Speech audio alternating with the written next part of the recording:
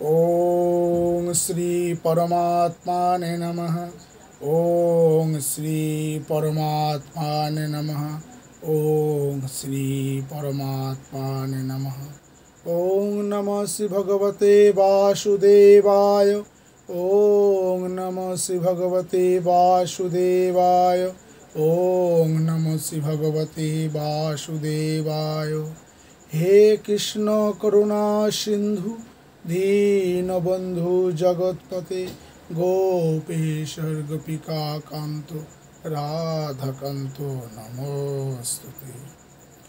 भागवत कथा आज আমরা শুনব শ্রীকৃষ্ণ উদ্ধব সংবাদ। পূর্ব অধ্যায়ে আমরা অবধূদের 24 জন গুরুর কথা শুনলাম,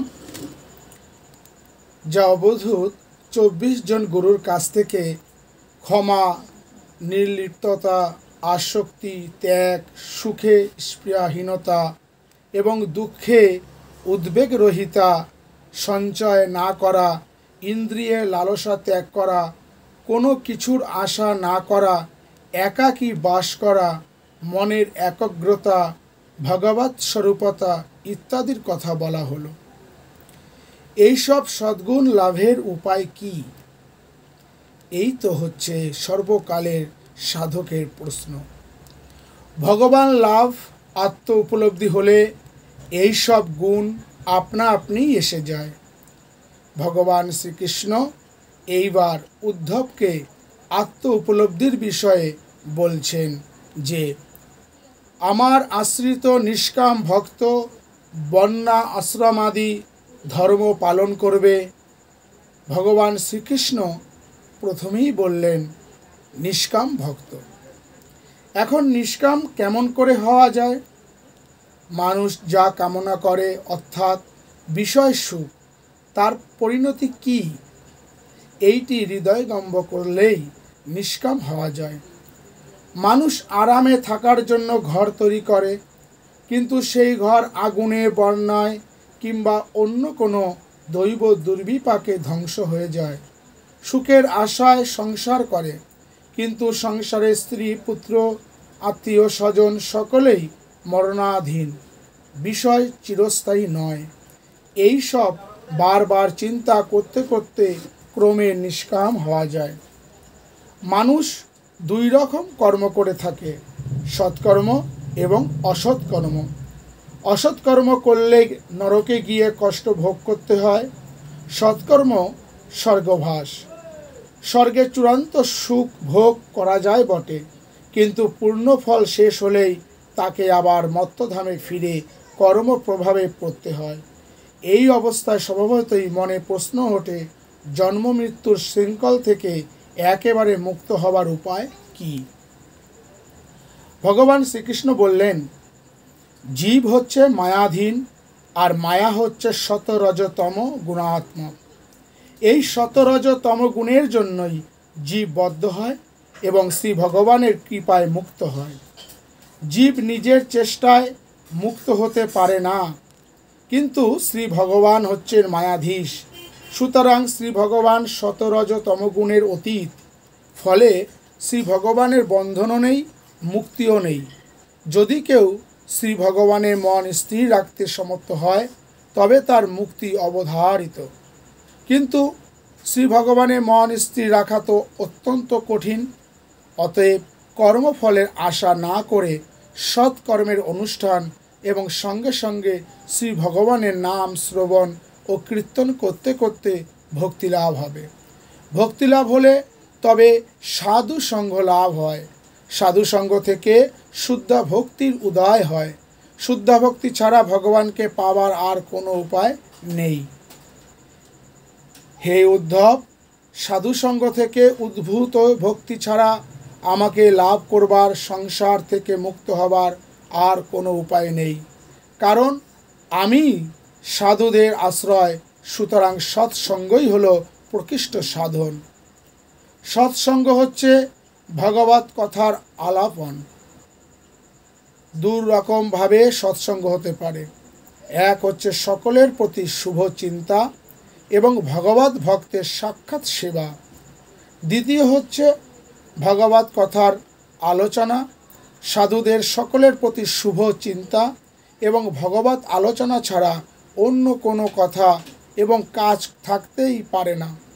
শ্রী ভগবানের সাথে সম্পর্ক নেই এমন কথা সাধুরা আলোচনা করেন না। তাই সাধুরা হচ্ছেন ভগবানময়। সেই জন্যই শাস্ত্রে সাধুদের এত মহাত্ম্য বর্ণনা করা হয়েছে। ভগবান শ্রীকৃষ্ণ আরও বললেন, সর্বপ্রকার আসক্তি নিবারক সৎসঙ্গ আমাকে যে রকম বশ করে সেই রকম বশীভূত আমি যজ্ঞ, ব্রত, দান, নিয়ম প্রভৃতির দ্বারা হই না। উপমা দিয়ে ভগবান এবার বলছেন, ব্রজের গোপীরা বেদ পাঠ করেননি, মহতের সেবা করেনি, তপস্যাদি করেনি, তবুও একমাত্র আমার এবং আমার ভক্তের সঙ্গ করে তারা পরমাত্মা আমাকে লাভ করেছিল। গোপীদের পরম প্রিয় আমি যখন বৃন্দাবনে ছিলাম তখন আমার সাথে বৃন্দাবনের সেই সুখরাত্রি তাদের কাছে ক্ষণার্থ, অতি অল্প সময় বলে মনে হয়েছিল। আর আজ আমার বিরহে তাদের দিনরাত্রি যেন কল্পতুল্য সুদীর্ঘ বলে মনে হচ্ছে। ব্রজবাসীরা জ্ঞান, কর্ম অথবা যোগের সাধন না করেও কেবলমাত্র আমার প্রতি নিষ্কাম ভালোবাসার দ্বারা শুদ্ধা ভক্তি লাভ করে পরমাত্মা আমাকেই লাভ করেছে। সুতরাং হে উদ্ধব, সব কিছু ত্যাগ করে একমাত্র আমারই আশ্রয় লও। সর্বদেহধারী জীবের আত্মস্বরূপ একমাত্র আমারই শরণ লও, তাহলে আমাকে পেয়ে তোমার সকল ভয় দূর হবে, তুমি অকুত ভয় হবে।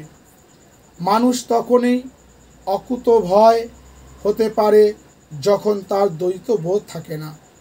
জ্ঞানী ব্রহ্মজ্ঞান লাভ করে সব কিছুই ব্রহ্মময় দেখে, সুতরাং যে সে অভি হয়। আবার ভক্ত সর্ববিষয়ে শ্রী ভগবানের শরণ নিয়ে জগৎকে বিষ্ণুময় দেখে, সুতরাং সেও তখন অকুত ভয় হয়। ভগবান শ্রীকৃষ্ণ গোপীদের কথায় বলেছিলেন, গোপীরা সব কিছু ত্যাগ করে একমাত্র আমাকেই আশ্রয় করে আমাকে লাভ করেছিল। হে উদ্ধব, তুমিও সেই রকম আমাকে লাভ করেছিল। হে উদ্ধব, তুমিও সেই রকম জ্ঞান, কর্মযোগ, শ্রুতি, স্মৃতি ইত্যাদি ত্যাগ করে একমাত্র আমারই শরণ লও, তাহলে তুমিও পরমাত্মা স্বরূপ আমাকে লাভ করবে। ভক্তিপথের শ্রেষ্ঠত্ব সম্বন্ধে ভগবান শ্রীকৃষ্ণ বললেন, বেদে শ্রেয় লাভের বহুবিধ উপায়ের কথা বলা হয়েছে, তার মধ্যে ভক্তিযোগী শ্রেষ্ঠ বলে জানবে, কারণ একমাত্র ভক্তি ছাড়া আমাকে লাভ করা যায় না। হে উদ্ধব, যারা আমাকে আত্মসমর্পণ করে সর্বভাবে নিরপেক্ষ হয়েছে, তারা মদ আত্মা অর্থাৎ পরম আনন্দ স্বরূপ আমি সর্বদা তাদের হৃদয়ে স্ফুরিত হই। সুতরাং তাদের যে সুখ, সেই সুখ বিষয়াসক্ত ব্যক্তিরা কোথায় পাবে? যে অকিঞ্চন, জিতেন্দ্রিয়, শান্ত, সমাহিত এবং আমাকে পেয়েই সন্তুষ্ট, তার সব দিক সুখময় বলে মনে হয়। ভগবান শ্রীকৃষ্ণ আরও বললেন, যে আমাকে আত্মসমর্পণ করেছে সে আমাকে ছেড়ে ব্রহ্মপদ, ইন্দ্রত্ব, পৃথিবীর আধিপত্য, পাতালের অধীশ্বরত্ব, যোগ, বিভূতি, এমনকি মুক্তি পর্যন্ত কামনা করে না। হে উদ্ধব, প্রজ্বলিত অগ্নি যেমন কাষ্ঠরাশিকে ভস্ম করে, সেই রকম মদ, শিরা, ভক্তি অর্থাৎ আমার নাম শ্রবণ, কীর্তন, মনন দ্বারা জাত ভক্তি সমস্ত পাপরাশি নষ্ট করে দেয়। হে উদ্ধব, অর্জিতা ভক্তি অর্থাৎ তীব্র ভক্তি যেমনভাবে আমাকে লাভ করিয়ে দিতে পারে, সেই রকমভাবে অষ্টাঙ্গ যোগ, সাংখ্য, বেদপাঠ, তপস্যা প্রভৃতির দ্বারা আমি লভ্য নই। সোনা যেমন আগুনের তাপে ময়লামুক্ত হয়ে অধিকতর উজ্জ্বল হয়, সেই রকম ভক্তির সাহায্যে জীবাত্মা কর্মবাসনা থেকে মুক্ত হয়ে আমাকেই প্রাপ্ত হয়। এখানে প্রশ্ন হতে পারে যে উপনিষদে তো রয়েছে তাকে জানলেই জীব মৃত্যুকে অতিক্রম করতে সক্ষম হয়, কিংবা ব্রহ্মবিদ পরম ব্রহ্মকেই লাভ করেন। তাহলে উপনিষদ যেখানে বলছেন জ্ঞানের দ্বারা অবিদ্যা দূর হলে ব্রহ্ম প্রাপ্তি হয়, সেখানে শ্রীকৃষ্ণ অবিদ্যা দূর করার কোনো কথা না বলে কেন বললেন ভক্তির দ্বারাই তাকে লাভ করা যায়? এই প্রশ্নের উত্তরে ভগবান শ্রীকৃষ্ণ বলছেন, চোখের অসুখ হলে যেমন ঔষধ প্রয়োগে চোখ ভালো হয় এবং আগের মতো সব জিনিস ভালোভাবে দেখা যায়, সেই রকম আমার গুণগান শ্রবণ এবং কীর্তন করলে যেমন যেমন চিত্ত শুদ্ধ হতে থাকে, ঠিক সেই পরিণামে দুর্গেয় আত্মতত্ত্ব অনুভব হতে থাকে। আসলে জ্ঞান এবং ভক্তি আলাদা নয়। চিত্তের ভাগবত স্বরূপতা লাভকে জ্ঞান বলে। শ্রী ভগবানের লীলা কীর্তনে এবং শ্রবণে সেই জ্ঞান সহজেই লাভ হয়। বিষয় চিন্তায় নিরত ব্যক্তির চিত্ত যেমন বিষয়ে নিমজ্জিত হয়, সেই রকম আমার স্মরণ মননে নিযুক্ত ব্যক্তির চিত্ত আমাতেই বিলীন হয়ে যায়। বিষয় চিন্তায় মানুষ সংসারে আবদ্ধ হয়, আর ভগবানের চিন্তায় মানুষ সংসার বন্ধন ছিন্ন করে মুক্ত হয়ে যায়। সুতরাং হে উদ্ধব, বিষয় চিন্তা ত্যাগ করে আমার স্মরণ মননে মনকে আমাতেই নিবিষ্ট করো।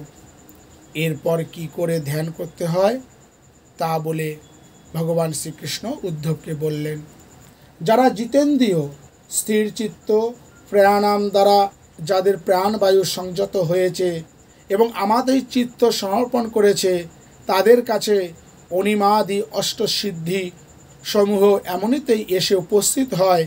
কিন্তু আমাকে পেতে ইচ্ছুক ভক্তের কাছে এইসব বাধা স্বরূপ বলে জানবে, কারণ এইসব সিদ্ধি সাধককে বিপথের দিকে নিয়ে যায়। উদ্ধব জানেন যে শ্রী ভগবান সর্বদেহীর অন্তরে ও বাহিরে সদা বিদ্যমান। জগতে যা কিছু আছে সবই শ্রী ভগবানের অংশ। এই অংশকে শ্রী ভগবানের বিভূতি বলা হয়।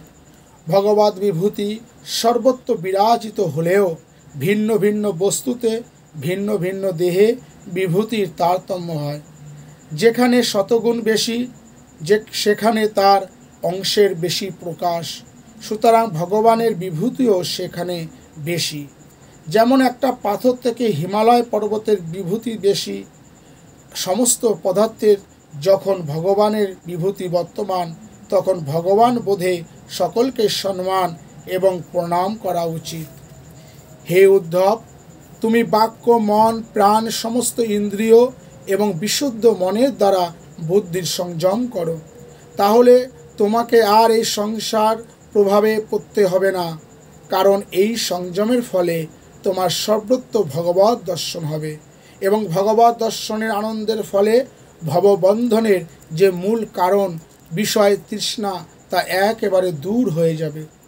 এরপর উদ্ধবের প্রশ্নের উত্তরে ভগবান শ্রীকৃষ্ণ বর্ণাশ্রম ধর্ম অর্থাৎ ব্রহ্মচারী, গৃহস্থ, বানপ্রস্থি ও সন্ন্যাসীর কর্তব্য সম্বন্ধে বললেন, যাতে তারা প্রত্যেকেই নিজের নিজের কর্তব্য পালন করে শ্রী ভগবানের ভক্তি লাভ করতে পারে।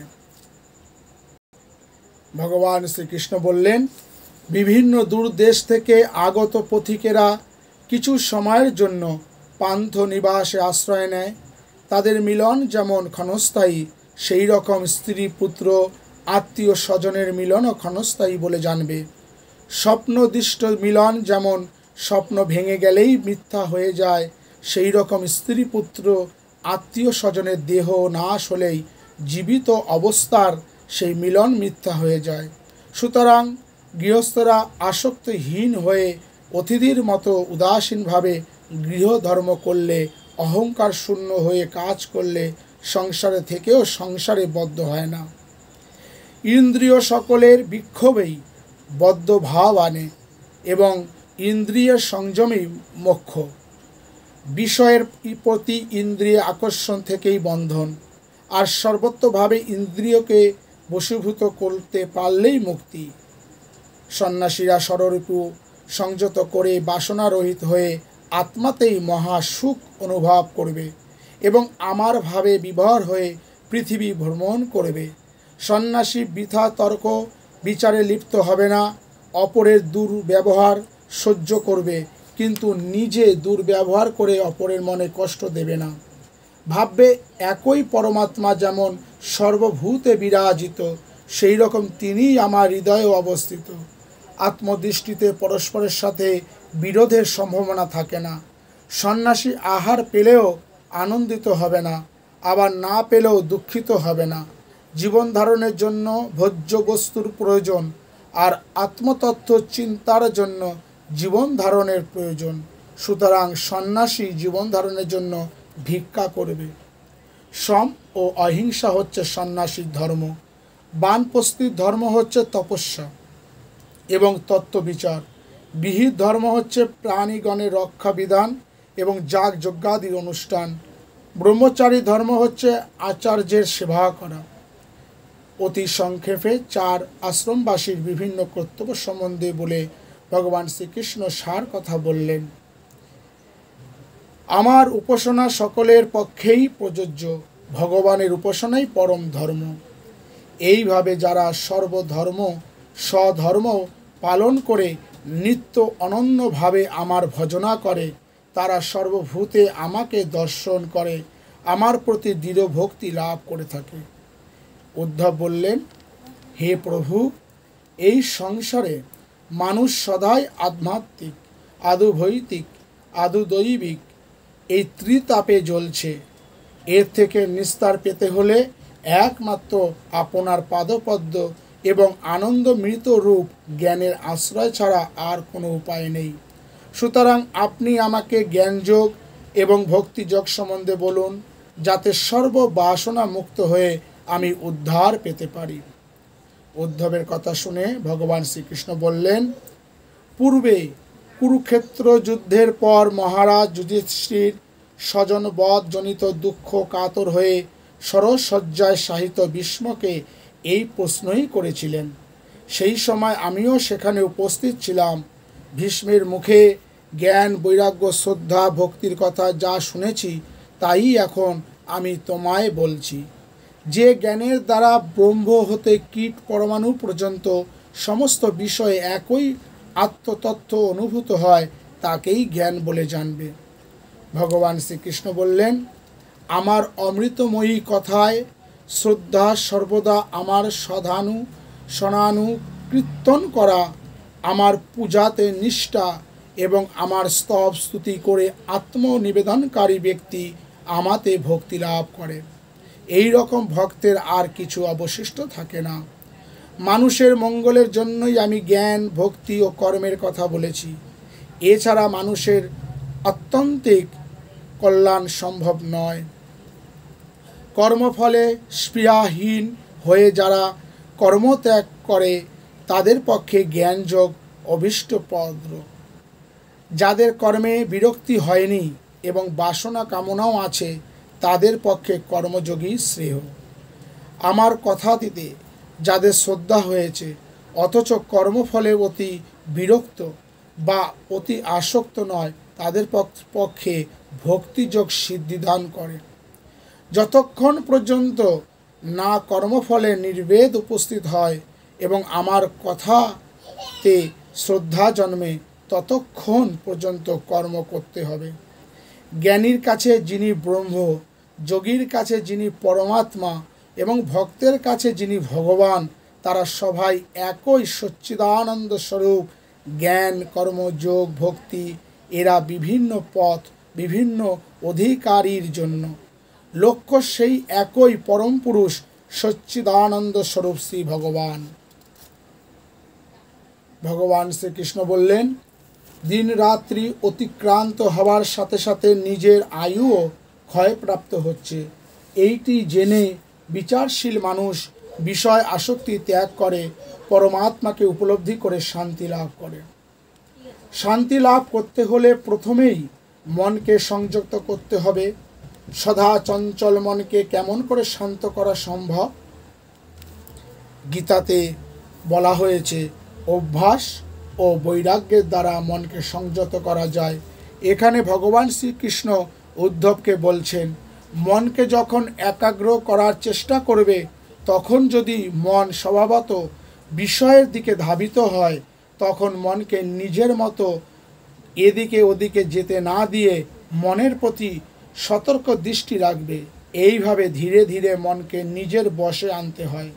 সঙ্গে সঙ্গে সর্বদা তত্ত্ববিচার অর্থাৎ জগতের সব কিছুই বিনাশশীল এইটি চিন্তা করতে করতে বিষয়ের প্রতি বৈরাগ্য আসবে। বিষয়ের বৈরাগ্য হলেই শ্রী ভগবানের অনুরাগ হবে, আর ভগবানের অনুরাগ হলেই তাকে লাভ করা সম্ভব হয়। সকলের আত্মস্বরূপ আমাকে সাক্ষাৎ করলে, ভগবৎ সাক্ষাৎকার হলে সাধকের হৃদয়গ্রন্থি অর্থাৎ সকল অহংকার দূর হয়, তার সকল সংশয় তিরোহিত হয় এবং সমস্ত কর্ম ক্ষয় হয়ে যায়।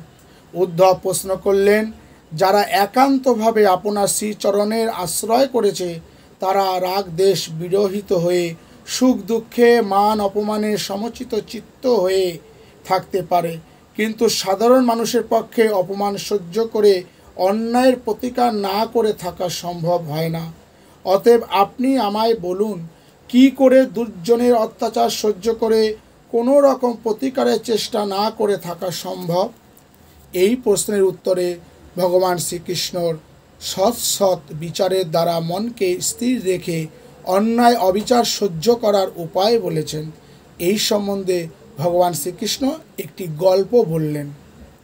কোনো এক দেশে এক কৃপণ, লোভী এবং ক্রোধী ব্রাহ্মণ বাস করত।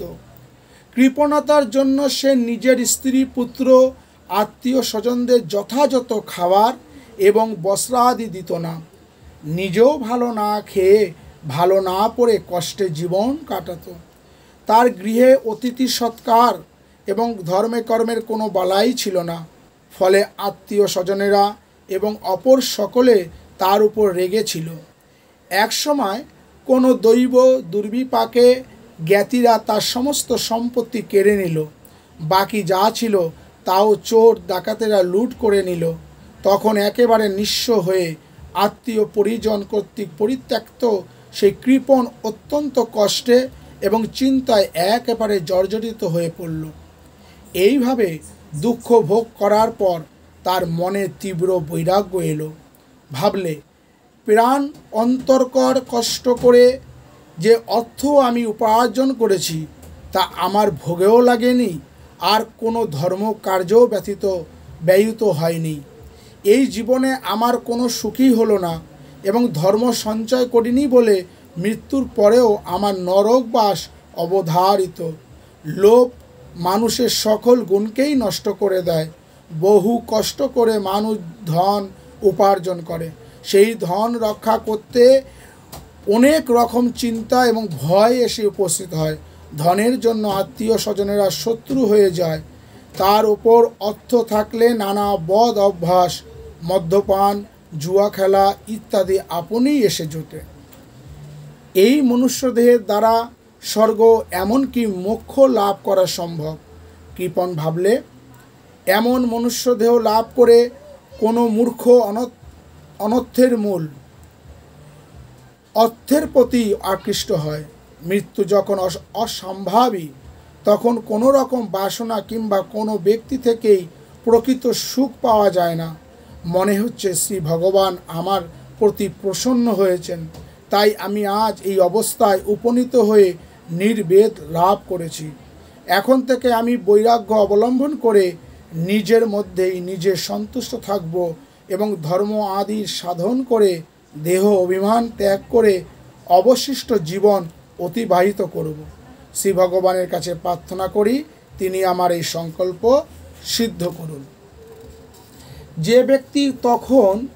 সেই ব্যক্তি তখন আমি আমার ভাব ত্যাগ করে এবং মন প্রাণ ইন্দ্রিয় সকলকে সংযত করে বিচরণ করতে লাগলো। এদিকে তাকে দেখে লোকেরা নানাভাবে তাকে গালাগালি এবং অপমান করত। কেউ কেউ তাকে ভণ্ড, চোর বলে অযথা মারধরও করত। নদীর তীরে বসে সে যখন ভিক্ষালব্ধ অন্ন ভোজন করত, তখন কোনো পাপিষ্ঠ তার অন্নের ওপর মূত্র ত্যাগ করত এবং তার মাথায় থুতু ফেলত। এইসব দুঃখ, কষ্ট, অপমানকে সে নিজেরই প্রাপ্য মনে করে নির্বিবাদে সহ্য করত। সে মনে মনে বিচার করত, আত্মা ছাড়া দ্বিতীয় কোনো বস্তু নেই, যা দেখছি সবই মিথ্যা, সুতরাং সুখ দুঃখও মিথ্যা, এ আমার নিজের লোক, এ আমার শত্রু, এ ভাবও মিথ্যা। যে অনুভব করে আত্মা সবার মধ্যে বিদ্যমান, আত্মা নির্বিকার, সে কারোর কাছ থেকেই ভয় পায় না। এইভাবে সেই কৃপণ বৈরাগ্য লাভ এবং সন্ন্যাস অবলম্বন করে পৃথিবী বিচরণ করত। দুষ্ট লোকের দ্বারা লাঞ্ছিত হয়েও সে নিজের ভাবে অবিচল থেকে গান করে বেড়াত। পুরাকালে মহিষীরা যেভাবে পরমাত্মা নিষ্ঠ হতেন, আমিও সেইভাবে পরমাত্মা নিষ্ঠ হয়ে শ্রী ভগবানের চরণ সেবার দ্বারা এই দুরন্ত সংসার সাগর পার হয়ে যাব। কৃপণের গল্পটি শেষ করে ভগবান শ্রীকৃষ্ণ উদ্ধবকে বললেন, হে উদ্ধব, অতি সাবধানে সর্বপ্রকারে আমাতে নিবিষ্ট চিত্ত হয়ে মনকে বশীভূত করবে, এই হচ্ছে যোগের সার কথা। হে উদ্ধব, একমাত্র নরদেহই আমার স্বরূপকে উপলব্ধি করা যায়। এই নরদেহ লাভ করে সাধক ভক্তিভাব অবলম্বন করে আনন্দস্বরূপ পরমাত্মাকে আমাকে লাভ করে থাকে। যারা কাম এবং উদারে তৃপ্তি সাধনের ব্যাপৃত থাকে, সাধক কখনো তাদের সঙ্গ করবে না। এদের সান্নিধ্য সাধককে ভ্রষ্ট করে। সার্বভৌম নরপতি পুরুরা উর্বশীর মোহে আকৃষ্ট হয়ে বহু বছর ভোগে মত্ত হয়ে তার সাথে কাটিয়েছিলেন। পরে যখন উর্বশী তাকে ত্যাগ করে চলে গেল, তখন পুরুর বা উর্বশীর বিরহে একেবারে দিশেহারা হয়ে পড়লেন।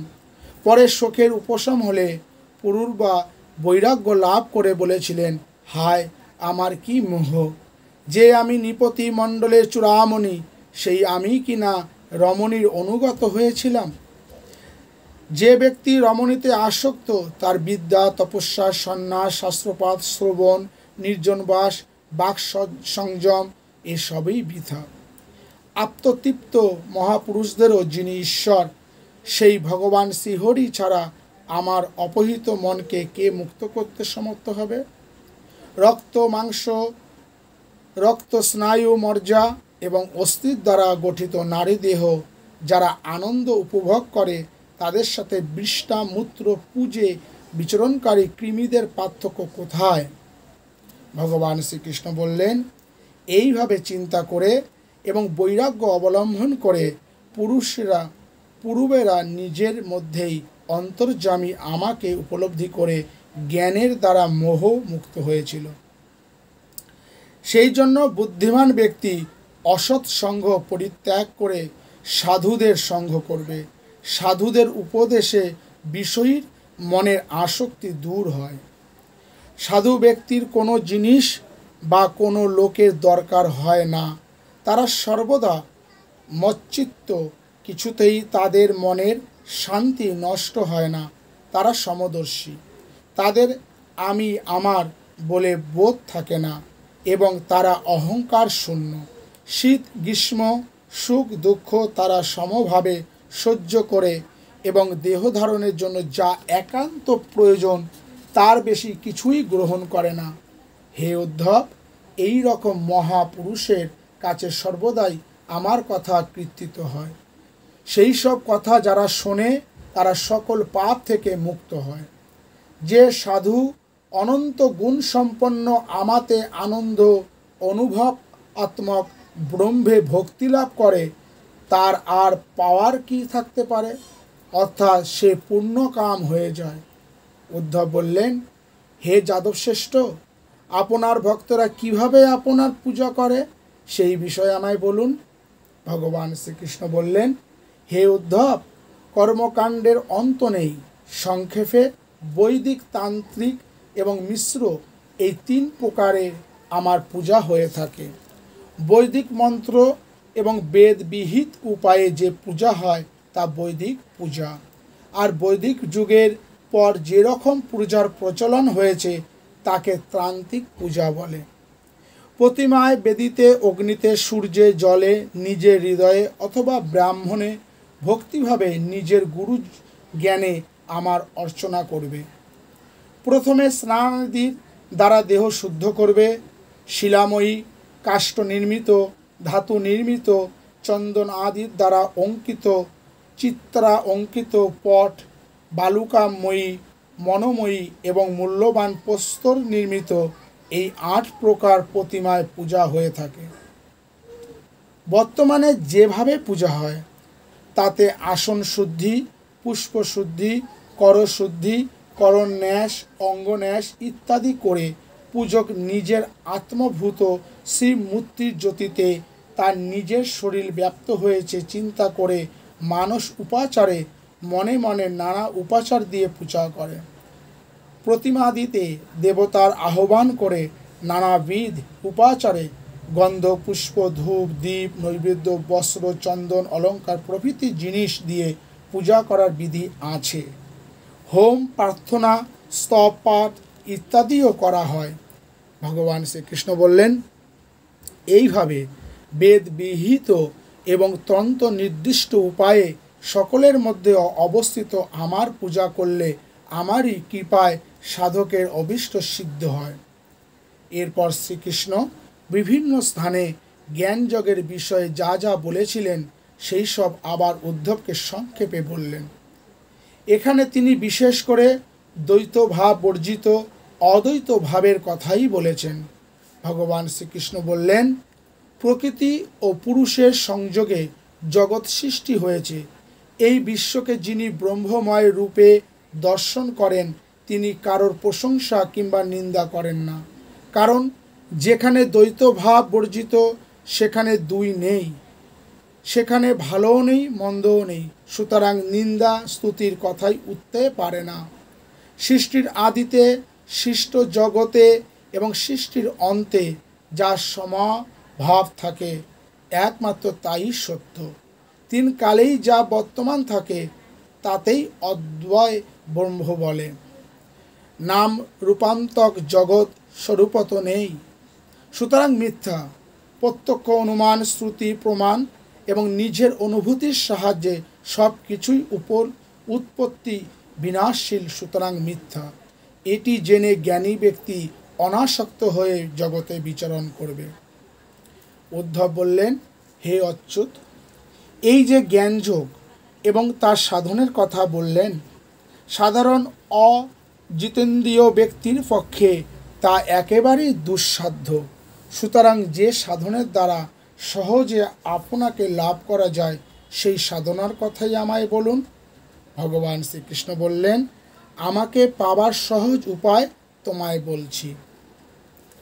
আমাতে মন এবং চিত্ত সমর্পণ করলে আমার প্রীতিজনক কর্মে অর্থাৎ ভাগবত ধর্মে অনুরাগ আসবে। তখন আমার স্মরণের সাথে সাথে সমস্ত কর্ম আমারই উদ্দেশ্যে করবে। আমার ভক্ত এবং সাধু ব্যক্তি যেখানে থাকে সেই সব জায়গায় তুমি বাস করবে এবং তাদের উপদেশ অনুযায়ী চলবে। মনে রাখতে হবে যে ভগবান শ্রীকৃষ্ণ উদ্ধবকে নিমিত্ত করে জগতের সাধারণ মানুষকেই এই সব উপদেশ দিয়েছিলেন। নইলে সারাটা জীবন যে উদ্ধব শ্রীকৃষ্ণের সঙ্গ করেছেন এবং শ্রীকৃষ্ণের পরম জ্ঞাননিষ্ঠ ভক্ত, তাতে এইসব উপদেশ দেওয়ার কোনো মানেই হয় না। উদ্ধব সাধারণ মানুষের হয়ে সাধারণ মানুষের কল্যাণের জন্য প্রশ্ন করেছেন এবং শ্রীকৃষ্ণও সেইভাবে সাধারণ মানুষের জন্যই উদ্ধবকে লক্ষ্য করে বলেছেন। ভগবান শ্রীকৃষ্ণ আরও বললেন, আকাশ যেমন সকল জিনিসের ভেতরে এবং বাইরের বর্তমান থেকেও কোনো কিছুর দ্বারা আবৃত এবং সংশ্লিষ্ট হয় না, সেই রকম নির্মল চিত্ত ব্যক্তি পরমাত্মা আমাকেও সকলের ভিতরে, বাইরে এবং নিজের আত্মাতে বিরাজিত দেখবে। হে উদ্ধব, এই জ্ঞান দৃষ্টির দ্বারা সবই আমারই বিভিন্ন রূপ জেনে ব্রাহ্মণ, চণ্ডাল প্রভৃতি সকলকে সমানভাবে দেখবে এবং তাদের সাথে সেইভাবে ব্যবহার করবে। যে ব্যক্তি সর্বদা সকলের মধ্যে আমাকে দর্শন করতে চেষ্টা করে তার অহংকার, স্পর্ধা, হিংসা এবং অপরের প্রতি তাচ্ছিল্য ভাব নষ্ট হয়ে যায়। সর্বভূতে ব্রহ্ম দর্শন, আমাকে দর্শনরূপ সাধনা নিরত ব্যক্তি সকলের মধ্যেই ব্রহ্মকে আমাকে দেখে সকল সংশয় থেকে মুক্ত হয়। আধ্যাত্মিক জীবনের এই হচ্ছে শেষ কথা, সর্বত্র ব্রহ্ম দর্শন, সর্বত্র কৃষ্ণ দর্শন। উপদেশ দেওয়া শেষ করে ভগবান শ্রীকৃষ্ণ উদ্ধবকে বললেন, হে আমার অতি প্রিয় উদ্ধব, এই যে জ্ঞানের উপদেশ তোমায় দিলাম তা তুমি সমক্ষ রূপে উপলব্ধি করেছ তো? এই উপদেশের দ্বারা তোমার মনের মালিন্য, শোক, মোহ সম্পূর্ণ দূর হয়েছে তো? ভগবান শ্রীকৃষ্ণ কথা শুনে উদ্ধব পরম আনন্দে অশ্রুসিক্ত নয়নে তার শ্রীচরণে মাথা রেখে বললেন, হে কৃষ্ণ, হে মোহ আনন্দকার, এতদিন আমাকে আশ্রয় করেছিল, আপনার কৃপায় আজ তা দূর হয়েছে। হে মহাযোগীন, আপনাকে আমি প্রণাম করি। শরণাগত আমাকে আপনি এই শিক্ষা দিন, যাতে আপনার পাদপদ্মে আমার অবিনাশী চিরন্তরী সদৃঢ় ভক্তি হয়। ভগবান শ্রীকৃষ্ণ বললেন, হে উদ্ধব, আমি বলছি তুমি এখন আমার প্রিয় বদ্রিকা আশ্রমে চলে যাও। মহাভক্ত উদ্ধব তখন অনন্য স্মরণ শ্রীকৃষ্ণের আদেশে ভগবান শ্রীকৃষ্ণকে হৃদয়ে স্থাপন করে বদ্রিকা আশ্রমে চলে গেলেন এবং সেখানে তপস্যার দ্বারা পরম পুরুষ ভগবান শ্রীকৃষ্ণকেই লাভ করলেন। হরি ওং তৎসৎ, হরি ওং তৎসৎ, হরি ওং তৎসৎ। আমরা এতক্ষণ শুনছিলাম ভাগবত কথা, শ্রীকৃষ্ণ উদ্ধব সংবাদ। এই শ্রীকৃষ্ণ উদ্ধব সংবাদ এখানে সমাপ্ত করলাম, ভাগবতকে এখানে বিশ্রাম দিলাম। আমরা পরবর্তী ভিডিওতে শুনব ভগবান শ্রীকৃষ্ণের লীলা সংবরণ ও পরীক্ষিতের দেহত্যাগ। হরে কৃষ্ণ কৃষ্ণ কৃষ্ণ হরে হরে, হরে রাম রাম রাম হরে হরে। সবাই ভালো থাকবেন।